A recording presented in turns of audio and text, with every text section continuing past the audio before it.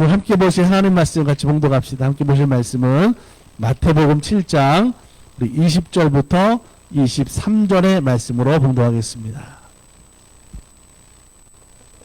마태복음 7장 20절부터 23절 말씀입니다. 같이 우리 합독하겠습니다. 함께 있습니다. 시작. 이러므로 그들의 열매로 그들을 알리라. 나더러 주여 주여 하는 자마다 다 천국에 들어갈 것이 아니요 다만 하늘에 계신 내 아버지의 뜻대로 행하는 자라야 들어가리라. 그날에 많은 사람이 나더러 이르되 주여 주여 우리가 주의 이름으로 선지자 노릇하며 주의 이름으로 귀신을 쫓아내며 주의 이름으로 많은 권능을 행하지 아니하였나이까 하리니 그때에 내가 그들에게 밝히 말하되 내가 너희를 도무지 알지 못하니 불법을 행하는 자들아 내게서 떠나가라 하니라. 아멘. 제가 기도하겠습니다. 하나님 감사합니다. 오늘도 귀하고 복된 주일에 함께 예배 자리에 나왔습니다. 믿음의 자리 되게 하시고 말씀을 듣고 그 말씀을 깨달아서 하나님 말씀의 뜻대로 사는 자리 되게 하여 주옵소서. 성령님 우리와 함께 하셔서 능력 되게 하시고 우리의 약함이 강함되게 하시며 하나님을 바라보는 것이 우리의 믿음을 더욱더 성장시켜 나가는 상식을 넘어서는 믿음의 위대한 믿음의 사람들 되게 하여 주옵소서. 이 시간에도 우리와 함께 하실 줄 믿습니다. 예수님의 이름으로 감사하며 기도드립니다. 아멘. 오늘 말씀의 제목이 상식을 넘는 위대한 믿음이 되자라는 말씀인데, 우리가 신앙생활을 할 때 내가 알고 있는 나만의 어떤 상식만 가지고 신앙생활하는 것이 아니라 그것을 넘어서는 말씀을 붙잡고 믿음으로 승리하는 성도들이 되기를 축복합니다. 오늘 우리들의 신앙생활이 이게 진짜인지 아니면 그냥 형식만 있는지를 구별할 수 있는 한 가지 방법이 있는데 뭐가 있냐면 오늘 내 믿음에 행함이 있는가라고 하는 거죠. 히브리서의 말씀에도 행함이 있는 믿음이어야 살아있는 믿음이다 그랬거든요. 그러니까 내 믿음이 지금 온전한 믿음이냐라고 하는 것은 말씀대로 내가 지금 행하면서 살고 있느냐라고 하는 거죠. 지난 코로나 때에 교회들이 많이 이렇게 위축됐잖아요. 그래서 교회 안에서 이제 성경 공부를 좀 하려고 그랬어요. 소그룹으로 모여서. 그런데 교인들한테만 뭐 하세요? 교인들한테만 이렇게 하세요. 제가 이제 목사니까 그렇게 할 수 없어서 저도 한 가지 이제 뭔가 하고 싶은 제가 소망하고 있는 일들을 결단하면서 했습니다. 제가 오랫동안 이제 이렇게 악기를 배우고 싶은 색소폰을 배우고 싶은 그런 생각은 있었는데 결단하고 하지 못했거든요. 그래서 저도 이번에 이런 기간에 저도 이렇게 노력하고 하나 합니다. 그러니까 성도들도 뭔가 노력하세요. 함께 이 침체되지 말고 우리가 함께 믿음으로 이 기간을 잘 이겨나갑시다. 그러면서 제가 먼저 그렇게 모범으로 하면서 성도들에게 하니까 성도들도 열심히 지난 코로나 시간에 전에 있던 교회에서는 열심히 성경 공부하는 그런 일들이 연결되는 계기가 됐던 적이 있습니다. 성경은 우리들에게 분명히 말씀하고 있어요. 뭐냐면 오늘 우리들의 믿음에 있어서 분명하게 행함이 있어야 살아있는 믿음이다라고 하는 거죠. 행함이 있는 믿음이어야 그 믿음에 능력이 있지 행하지 않는다고 한다면 그 믿음은 죽은 믿음이다라고 하는 거죠. 예수님이 오늘 말씀에 21절에 그렇게 말씀하고 있어요. 나더러 주여 주여 하는 자마다 다 천국에 들어갈 것이 아니라 다만 하늘에 계신 내 아버지의 뜻대로 행하는 자라야 들어가리라. 순종이 없다면 이거는 죄송합니다. 가짜 믿음일 수밖에 없어요. 천국에 들어가기가 힘들다라고 하는 거죠. 성경은 그렇게 분명하게 말씀하고 있어요. 그래서 쉽게 말하면 말씀대로 사는 삶이 진짜 믿음, 말씀대로 살지 않으면 가짜 믿음, 그렇게 된다라고 하는 거죠. 교회에 우리가 자주 나오고 세례 받고 직분을 받고 오늘 말씀대로 주여 주여 이렇게 불러도 그것만으로 예수님의 참된 제자라고 할 수 없다라고 하는 거예요. 예수님을 진짜 나의 주님이라고 우리들이 부른다고 한다면 우리는 어떻게 살아야 될까요? 주님의 말씀의 뜻대로 살아야 되는 줄로 믿습니다. 자, 여기서부터 쉽지 않은 거예요. 말씀은 듣는 거 그래. 들을 수는 있잖아요. 그죠? 그런데 듣는데 어려운 거는 그 말씀 들은 대로 우리가 사는 것이 쉽지 않은 거죠. 어려운 것, 힘든 일이 이때부터 시작되는 겁니다. 여러분 지금 세상을 보면요. 처음 초대교회도 그랬지만 기독교가 그렇게 세상에 환영받지는 않았어요. 지금도 우리 크리스찬들이 세상에 나가서 살아갈 때에 욕을 얻어먹는 일들이 참 많이 있습니다. 참 안타깝죠. 왜 그렇게 됐을까? 이유가 뭔지 아세요? 사도행전 2장 21절에 말씀을 보면 뭐라고 돼 있냐면 누구든지 주의 이름을 부르는 자는 구원을 얻으리라 그랬거든요. 그래서 주의 이름을 불렀는데, 주님을 믿었는데, 아니 예수님 불렀는데 그것 때문에 어려움이 있고 욕을 먹는 거죠. 왜 그러나 보니까 한 가지 중요한 이유가 있었어요. 뭐냐? 주님을 부르는데, 교회는 다니는데 우리가 어떻게 살았을까요? 말씀대로 안 산 거예요. 주님의 말씀대로 살지 않을 때 이런 문제가 생겼다라는 거죠. 교회를 다니는데 교회에서 집사님이고 권사님이고 장로님이고 또 목사님이고 그런데 세상에 나가 살아가는 모습이 그렇게 안 사는 거예요. 그러다 보니까 세상 사람들이 교회 다니나 안 다니나 다 똑같은 것들이네 그러면서 욕을 먹는 거죠. 여러분 잘못된 믿음의 특징들이 있어요. 오늘 말씀에 있는 것처럼 입술로만 우리가 주님을 사랑해서는 안 된다라고 하는 거죠. 마태복음 15장 8절로 9절에 이랬어요. 이 백성이 입술로는 나를 공경하되 마음은 내게서 멀도다. 사람의 계명으로 교훈을 삼아 가르치니 나를 헛되이 경배하는도다 그랬습니다. 자, 입술로만 주여 주여 주여 하는 건 뭐라고 그랬어요? 헛된 거다라는 거죠. 그러면 헛되지 않은 것이 뭘까요? 하나님의 말씀대로 우리가 사는 거예요. 그걸 교훈을 삼아서 오늘 내 삶 가운데 그렇게 살아가는 삶이 참된 믿음이다라고 하는 거죠. 성경시대의 사람들도 입으로 하나님을 찬양했습니다. 마음으로는 돈과 명예와 권력을 그런데 오히려 더 사랑하고 있었다라는 거죠. 입술로는 주님 사랑해요 말하지만 더 사랑하는 것이 있어요. 뭘 더 사랑해요? 돈을, 권세를, 명예를 더 사랑했던 거죠. 그러다 보니까 이것이 잘못된 믿음이 됐다라는 거죠.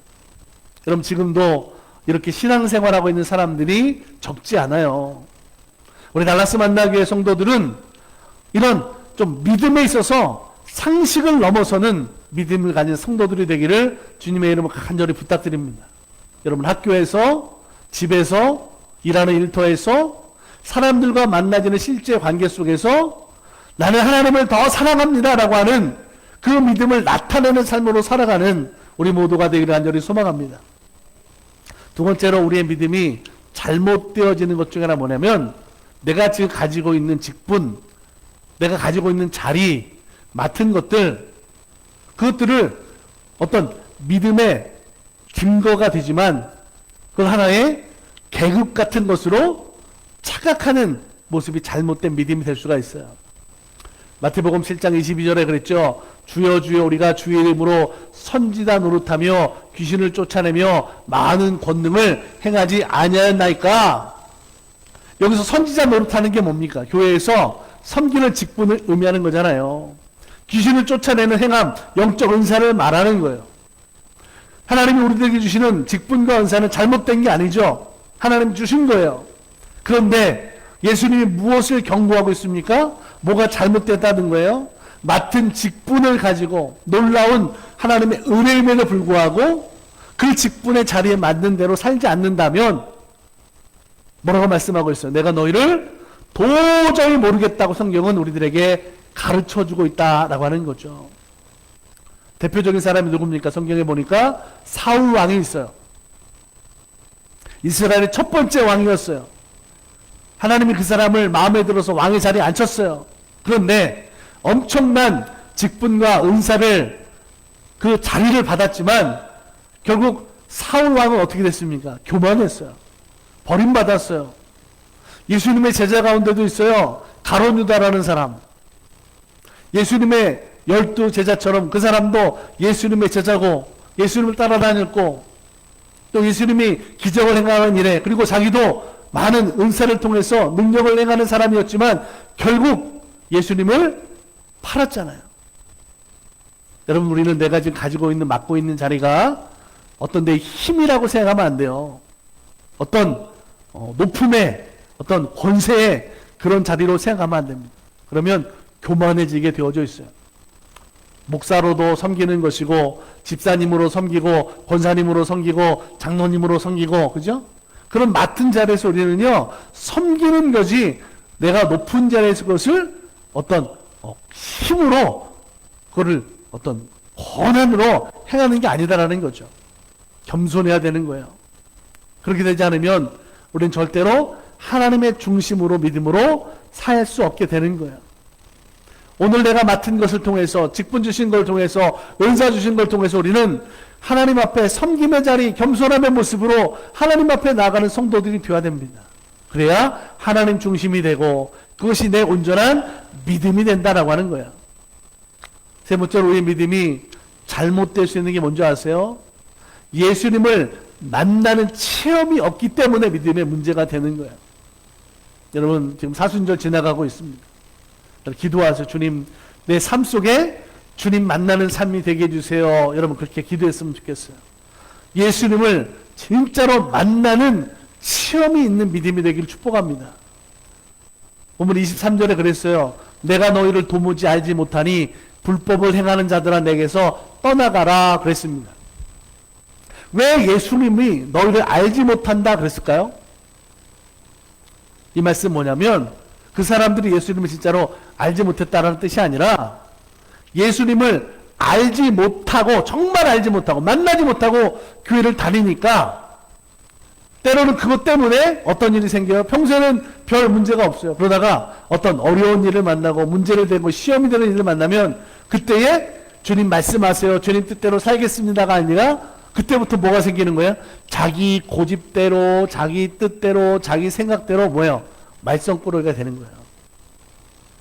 원사님 그런 사람들 많이 봤죠? 우리는 예수님을 지식적으로만 아는 것으로 끝이면 안 돼요. 우리는 영적인 체험, 정말 주님을 만나는 그 믿음의 성도의 신앙이 되어야 될 줄로 믿습니다. 그래서 은사 체험이 있어야 돼요. 찬양 부를 때의 기쁨과 감동이, 은혜가 우리 가운데 있어야 돼요. 여러분, 생명 체험이 있어야 돼요. 예수님을 영접하고, 아, 내 생명이 내게 아니구나. 주님이 저 십자가의 죽으심을 통해서 나에게 새 생명을 주셨구나라고 하는 영적 체험이 있어야 돼요. 진짜 예수님을 알고 믿는 성도들은 그 속에 영원한 생명이 있어요.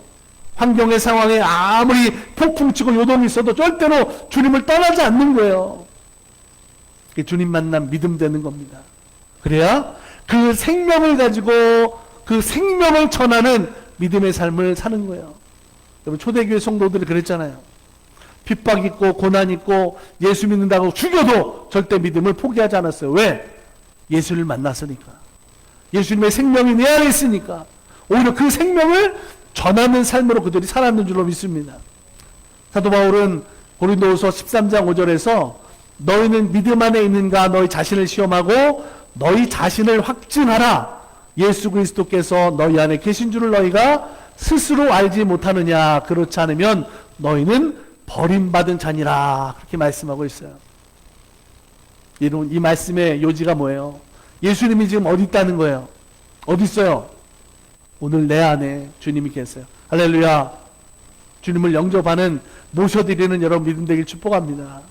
주님이 내 밖에 계시면 안 돼요.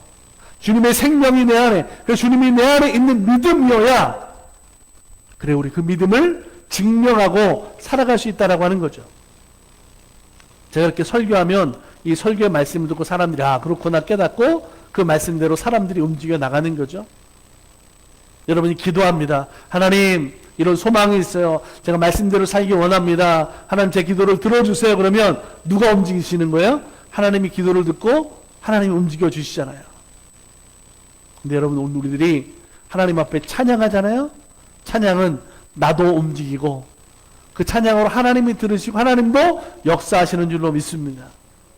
제가 기도하면서 자주 쓰는 기도의 내용 가운데 뭐가 있냐면, 하나님 오늘도 찬양이 넘쳐나는 하루 되게 해주세요. 제가 기도할 때마다 그런 기도의 제목으로 기도할 때가 많이 있습니다.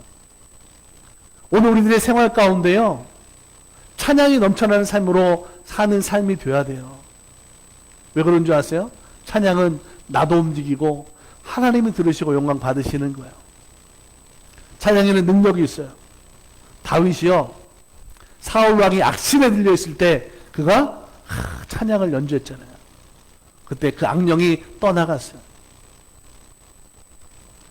법궤가 예루살렘으로 들어올 때 다윗은 그것을 바라보면서 찬양하며 춤추며 노래했어요.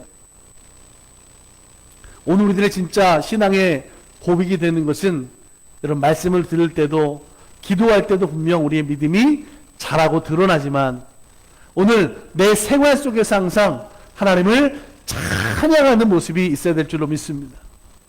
찬양이 있다는 것이 뭐예요? 내 속에 예수 그리스도를 진짜 만난 기쁨이, 감동이 있기 때문에 그것을 증명해내는 것이 여러분 찬송하는 삶이 되는 줄로 믿습니다. 우리 달라스 만나게 성도들은 정말 찬양이 넘쳐나는 삶이 되기를 주님의 이름으로 간절히 축복합니다. 여러분 생활 속에서 하나님을 찬양하는 것이 멈춰 있다면 문제가 생긴 거, 그럼 나를 돌아봐야 돼요. 내게 지금 은혜가 떨어진 거 아닌가? 감사가 떨어진 게 아닌가? 하나님을 바라보는 게 지금 멈춰진 게 아닌가? 여러분 그렇게 돌아봐야 돼요. 하나님 나라를 바라보는 천국 소망하는 믿음이 지금 내게서 지금 없어진 게 아닌가? 여러분 돌아봐야 돼요. 사랑하는 여러분, 하나님 앞에서 가짜는 통하지 않아요.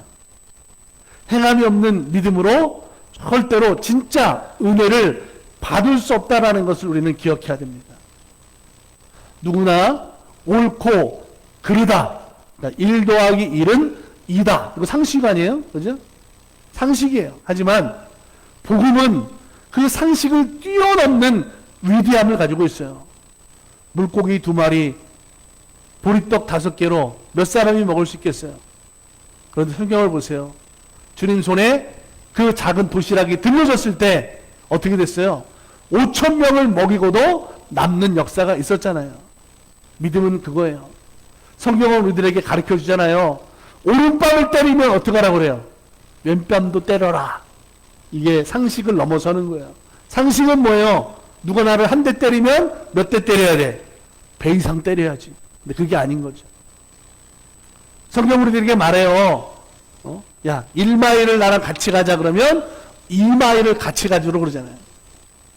상식을 넘어서는 믿음이 위대한 행동이 되고 영혼을 살리는 일이 되는 줄로 믿습니다. 한번 생각해 보세요. 내가 주님을 위해서, 복음을 위해서 내가 좀 손해본 적이 있나?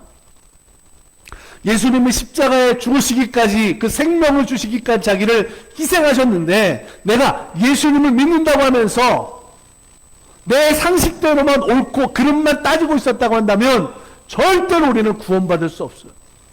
하나님의 사랑은 우리의 상식을 완전히 뛰어넘는 사랑 아닙니까? 여러분, 자식을 내어주는 사랑이 어디 있어요?